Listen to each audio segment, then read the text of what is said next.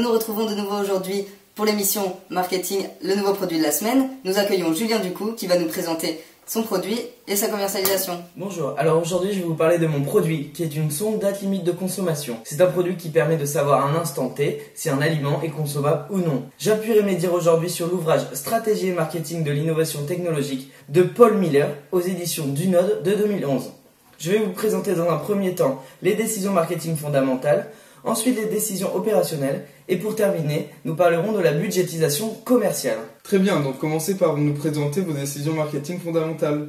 Tout d'abord, pour ce qui est de la cible, nous allons raisonner en termes de ménage.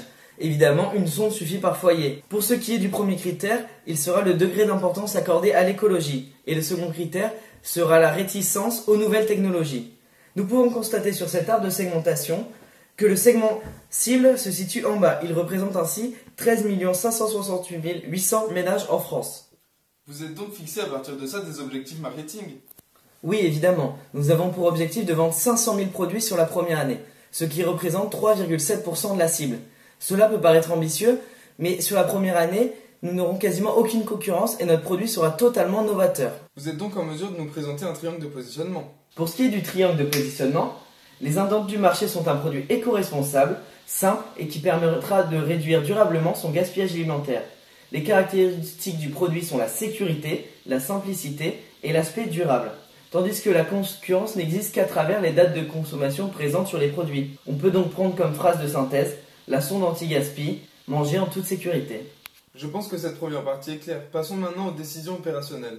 Je commencerai déjà cette partie en parlant de l'élément moteur de mon marketing mixte. J'ai en effet adopté une stratégie push où la distribution sera primordiale puisque mon produit nécessite des conseils en point de vente. C'est à nous de faire en sorte que le client ait besoin ou envie d'acheter notre produit. Dans ce cas-là, la vente est plus difficile. Nous devons faire preuve d'ingéniosité et nous devons nous appuyer sur nos forces de vente et nos réseaux. En résumé, il faudra pousser le produit vers le consommateur, le conseiller en point de vente, sachant que la marque n'influencera dans tous les cas pas l'acheteur car elle n'est pas du tout connue. Très bien, et pour ce qui est des différents niveaux du produit, j'imagine que vous y avez réfléchi. Évidemment, il y a tout d'abord le niveau tangible du produit. La sonde est légère, esthétique, ergonomique et peu encombrante. L'affichage du résultat du test est immédiat et simple pour tout type de produits alimentaires. Pour le niveau global, il y a déjà le design de la sonde. Celle-ci existe sous différentes variantes de couleurs, fait avec des produits recyclés, toujours pour rester cohérent avec l'image éco-responsable. Le packaging est simple et épuré, avec des couleurs comme le vert pour toujours rappeler le côté durable, et enfin celle-ci est made in France.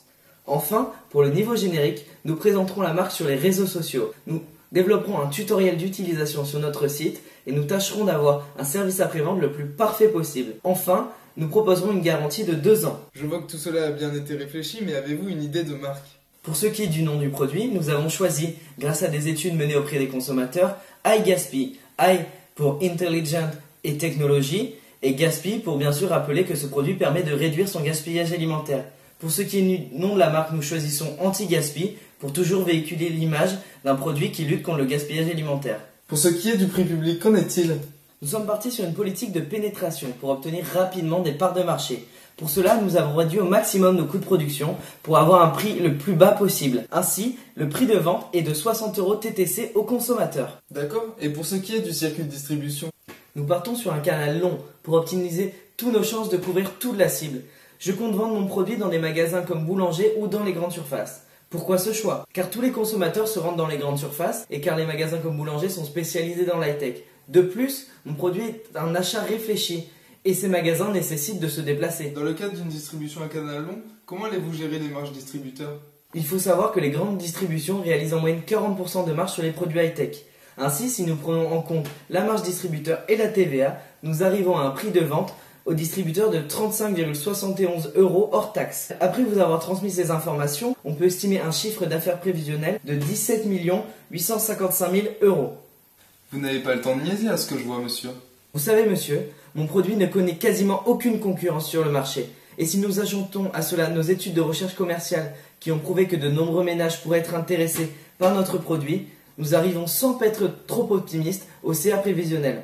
Mais il ne faut pas oublier qu'au lancement d'un nouveau produit, il y a de nombreuses charges à supporter. Mais justement, qu'en est-il de votre budget de communication? Je suis en parfait accord avec l'intervenant de la dernière émission, Monsieur Balguerie, il me semble. En effet, les dépenses en communication rentrent à hauteur de 10% du CA des entreprises. Nous nous baserons donc sur ces statistiques pour établir notre budget en communication, que nous répartirons en deux parties. 6,5% pour la communication en point de vente et 3,5% pour la communication hors point de vente, toujours en adéquation avec notre stratégie push. Dans le cadre d'une stratégie push, justement, le total s'élèvera à 1 160 575 € pour le budget communication en point de vente, et pour le budget hors point de vente, il s'élèvera donc à 624 925 €. Le budget de communication total atteindra donc 1 785 500 €. Eh bien, merci pour les précisions de vos explications et le temps que vous nous avez accordé. Ainsi s'achève, chers téléspectateurs, l'émission du nouveau produit de la semaine. Nous nous retrouvons la semaine prochaine, même jour, même chaîne, même heure.